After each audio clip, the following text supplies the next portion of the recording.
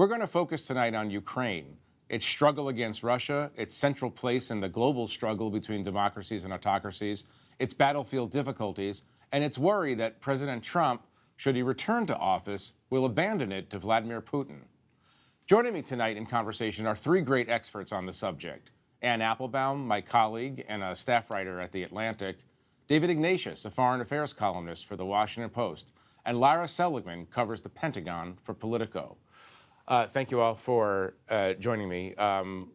Big topic, second anniversary, and things have changed somewhat dramatically in our perception of what's happening on the ground in Ukraine. David, let me start with you, but I want all of you to answer this very simple question.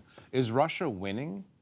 So Russia certainly has the momentum after last weekend's Iranian evacuation of their position at Avdiivka in eastern Ukraine. There's a sense that the Russians are on a roll. Putin's arrogance in the killing of Navalny reinforces this sense that it's Russia's time.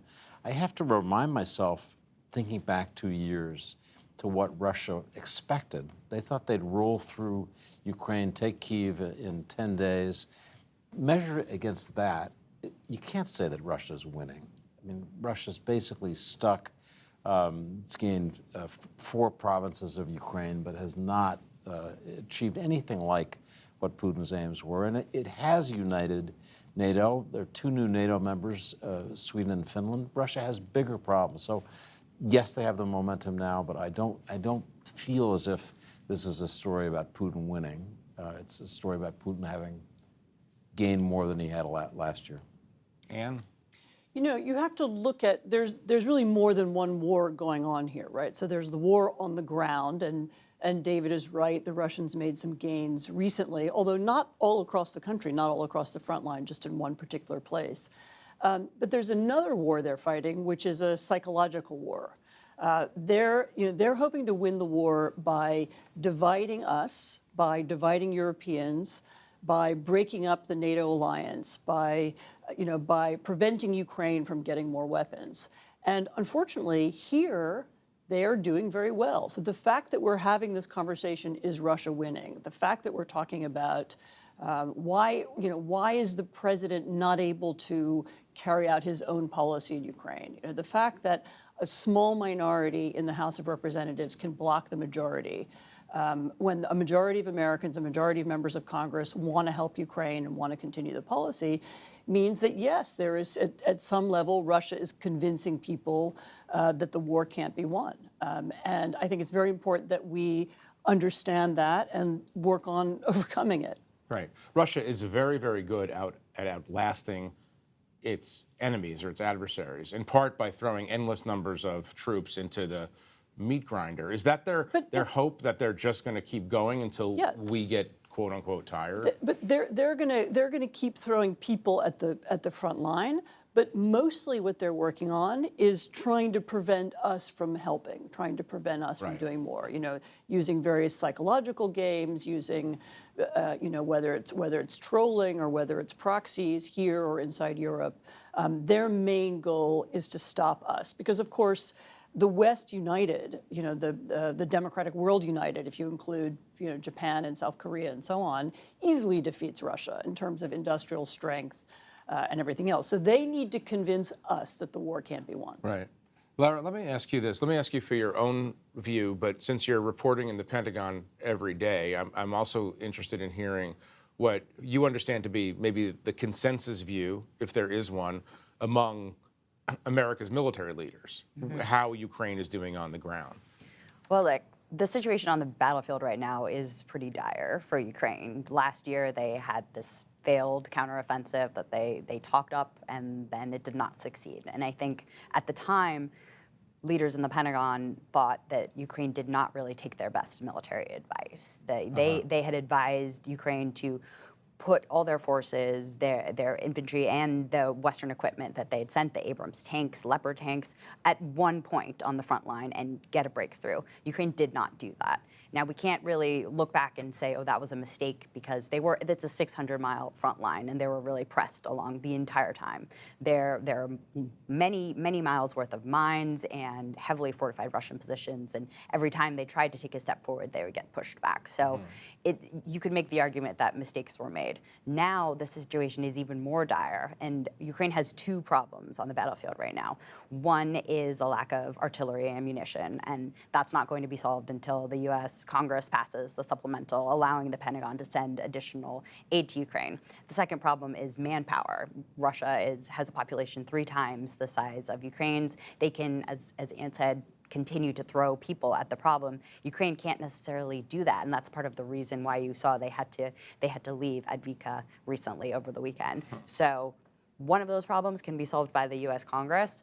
The second problem can really only be solved by Ukraine itself, and unfortunately, we are looking at a situation where they may have to expand the draft. Right. I want to come to that, and I also want to come to David to talk about Ukrainian strategy and Russian strategy. But let me just jump to Anne quickly to ask, because it was about a year ago, maybe 11 months ago, we were in Ukraine together the last time, and obviously there was a kind of, if not ebullience, then there was a kind of bullishness in the air in Kyiv and down in Kherson and along that front, that good things were going to happen. How do you analyze what didn't happen? I guess I would say, was it failure of Ukrainian strategy? Was it the lack of munitions and arms? Some combination of the two? So their argument about the counteroffensive is very different from the Pentagon's argument. The Ukrainian military commander. The Ukrainian military commander. I saw the defense minister actually in December.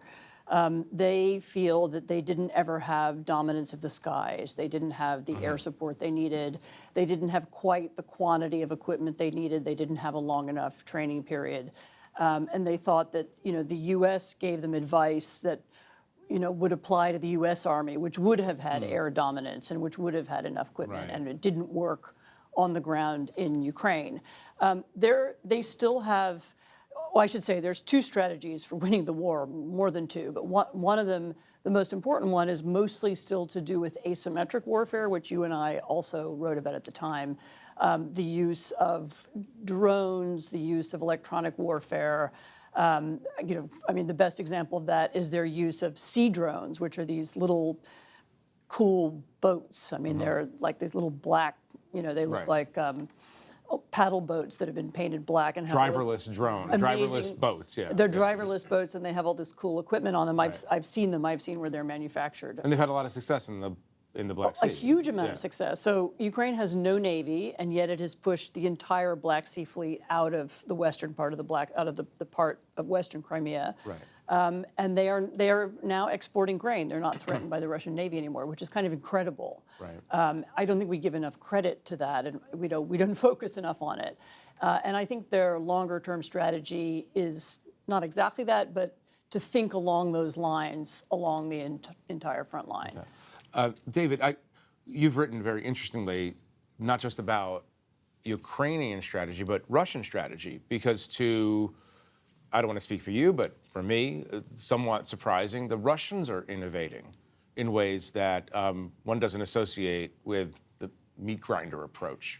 So that's the thing that worries me looking forward.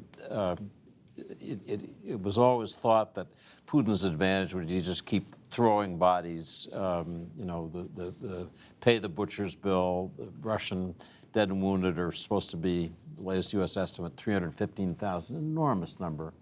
But it turns out that the Russians, after initially really bungling their strategy in the first year, being totally overmatched technologically by Ukraine plus the U.S., have gone into a learning phase where they're experimenting with weapons. They're especially experimenting with drones and electronic warfare, learning, going through cycles of changing their equipment, changing their tactics. They're a learning army now in a way that they haven't been, I think, in decades. That's worrisome. A Russian general at the beginning of February published an analysis of their lessons learned in this war after 2 years. And their lessons learned are that the battlefield is completely different. tanks are essentially obsolete. Traditional air power is essentially obsolete. The future is unmanned systems and the EW that's either going to block them or allow Electronic them warfare. to get in. And they're on top of that at a time when I think the U.S. is lagging behind a little bit. So everybody should be concerned about that. Like Ann, I was in Munich last weekend, and I think maybe we had a different takeaway. I heard a lot of anxiety, angst about the possibility that Donald Trump could become president. But I also heard a lot of fight from the Europeans. They see what Putin is doing. They see the advances. They see the way this war is now switching. They're nervous, and they're actually doing something about it. They're providing more weapons. They're upping their own defense spending and planning. So, that's the one positive thing I'd say.